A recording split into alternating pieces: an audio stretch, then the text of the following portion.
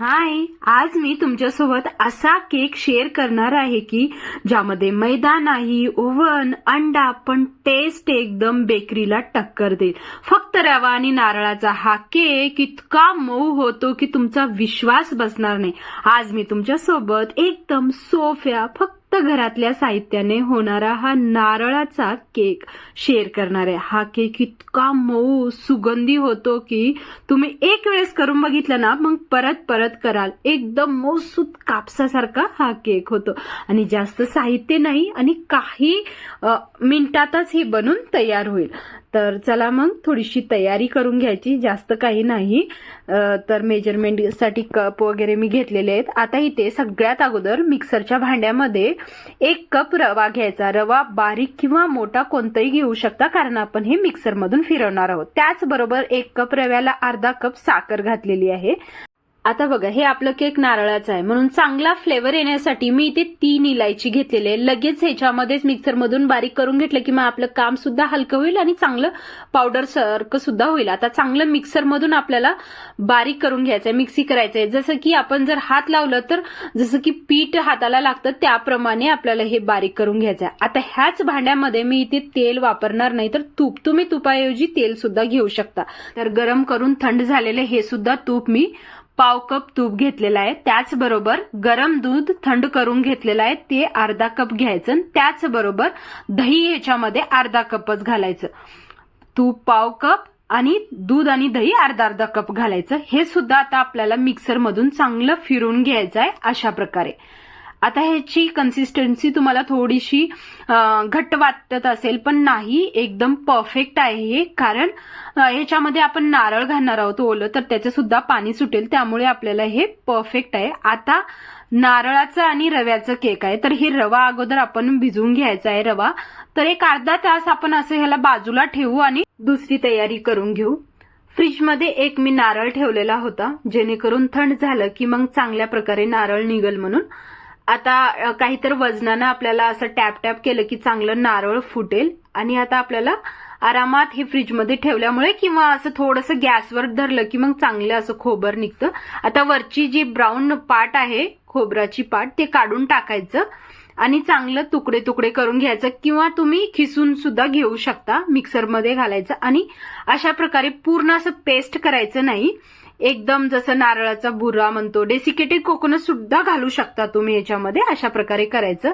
आता इथे केकचा मोल्ड घ्यायचं आणि थोडंसं तेल लावून चांगलं ग्रीस करून घ्यायचं. तुमच्याकडे बटर पेपर असेल तर घाला, नसेल तर तुम्ही असं मैदा घालायचा आणि चांगलं स्प्रेड करून घ्यायचं. मी बटर पेपर वगैरे काहीच वापरलेलं नाही. हे केक घरच्या साहित्यात मी बनवणार आहे.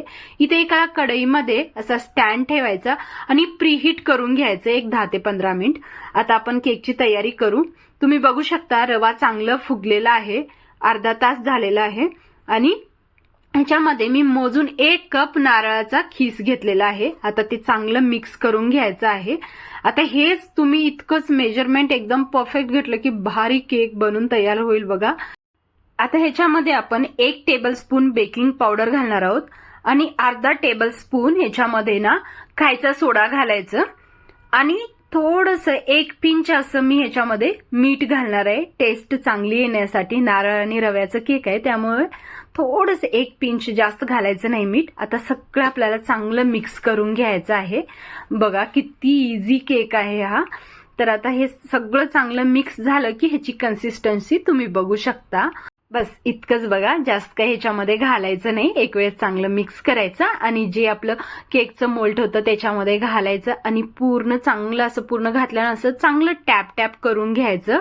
आणि ह्याच्यावर तुम्हाला जे आवडतील ते तुम्ही ड्रायफ्रुट्स घालू शकता. इथे मी ना थोडे भोपळ्याचे बिया आणि बदामाचे काप करून घेतले. तुम्ही हवं तर पिस्ता घालू शकता किंवा दुसरे कोणते ड्रायफ्रुट्स तुम्ही घालू शकता. आपली कढई सुद्धा इथे चांगली प्रीहीट झालेली आहे. आता ह्याच्यामध्ये आपल्याला ठेवायचं आहे. तुम्ही हवं असेल तर खाली मीठ सुद्धा घालू शकता आणि असं ठेवलं तरी काही प्रॉब्लेम नाही, आरामात होऊन जाईल. आता इथे मी 40 मिनिट्स ठेवलेलं होतं. त्यानंतर इतका भारी सुगंध येत होता काय सांगू. आता टूथपिक किंवा चाकूच्या सहाय्याने तुम्हाला दाखवते.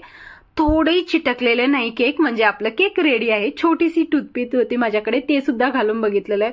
इतकं भारी म्हणजे बिलकुल रेडी झालेला आहे केक. तुम्हाला दाखवते. आता थोडंसं खाली काढून ठेवायचं आणि थोडं थंड होऊन द्यायचं. थंड झाल्यानंतर पूर्ण असं चाकून फ्री करून घ्यायचं ह्याचे साईड्स आणि आपलं केक असं उलटं करून काढायचं. इतकं भारी निघालेलं आहे. याच्यामध्ये काही आपण बटर पेपर वगैरे घातलेलं नाही, तरी सुद्धा काही आवश्यकता नाही बटर पेपरची. तुम्ही बघू शकता कुठंच चिटकलेलं नाही, काहीच नाही. आणि आपलं मोल्ट सुद्धा एकदम क्लीन आहे. तुम्हाला दाखवते मी किती भारी.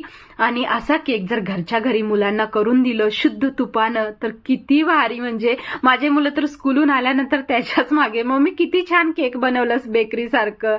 आणि ते ना तुम्हाला खरं सांगते मी, विश्वास वाटणार नाही, लगेच फिनिश झालं. मला वाटलं 2 दिवस राहील, पण 2 तासातच खतम झालेला होता हा केक. आणि तुम्हाला कट करते वेळेस कळत असेल की किती भारी केक बनलेला आहे. तुम्ही सांगू शकणार नाही की हे रव्यापासून बनलेला आहे. खूप भारी केक झालेला आहे. तर माझे व्हिडिओ कसे वाटतात तुम्हाला मला कमेंट करून नक्की सांगा. जर माझे व्हिडिओ आवडत असतील तर व्हिडिओला लाईक करा आणि सबस्क्राईब करायला सुद्धा विसरू नका. आणि मला कमेंट करून सांगा की हा केक तुम्हाला आवडला का, तुम्ही सुद्धा बनवता का. भेटते मी तुम्हाला अशाच एका नवीन व्हिडिओ.